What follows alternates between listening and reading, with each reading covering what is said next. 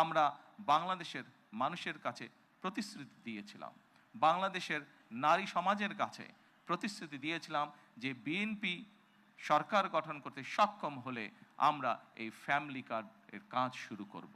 আপনারা নিশ্চয়ই খেয়াল করেছেন, আমরা আল্লাহর রহমতে বাংলাদেশের মানুষের সমর্থন নিয়ে বিগত নির্বাচনে সরকার গঠন করার 1 মাসেরও কম সময়ের মধ্যে আমরা আমাদের এই প্রতিশ্রুতি, জনগণের কাছে দেওয়া প্রতিশ্রুতির কাজ আমরা শুরু করেছি। এবং শুধু এই প্রতিশ্রুতি নয়, আমরা আরও কিছু প্রতিশ্রুতি করেছিলাম, তার মধ্যে যেগুলো আমাদের প্রায়োরিটি প্রয়োজন ছিল, তার মধ্যে আরেকটি আছে কৃষক কার্ড। সেই কৃষক কার্ডের কাজও আমরা শুরু করেছি ইনশাআল্লাহ। ঠিক আজকের এই অনুষ্ঠানে আমরা যেভাবে 37,000 মানুষের কাছে, 37,000 নারীর কাছে আমরা ফ্যামিলি কার্ড তুলে দিতে সক্ষম হয়েছি, ঠিক একইভাবে আগামী মাসের মধ্যে আগামী মাসের ভেতরে আমরা কৃষক ভাইদের কাছেও, বহু কৃষক ভাইদের কাছে আমরা কৃষক কার্ড তুলে দিতে সক্ষম হব ইনশাআল্লাহ।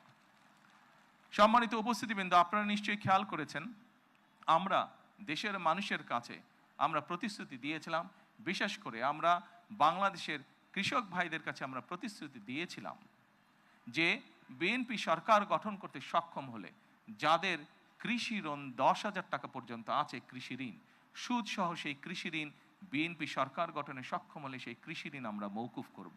আল্লাহর রহমতে আমরা গত সপ্তাহে সেই 10,000 টাকা পর্যন্ত কৃষি ঋণ মওকুফ সরকারের পক্ষ থেকে করে দেওয়া হয়েছে সুদ সহ।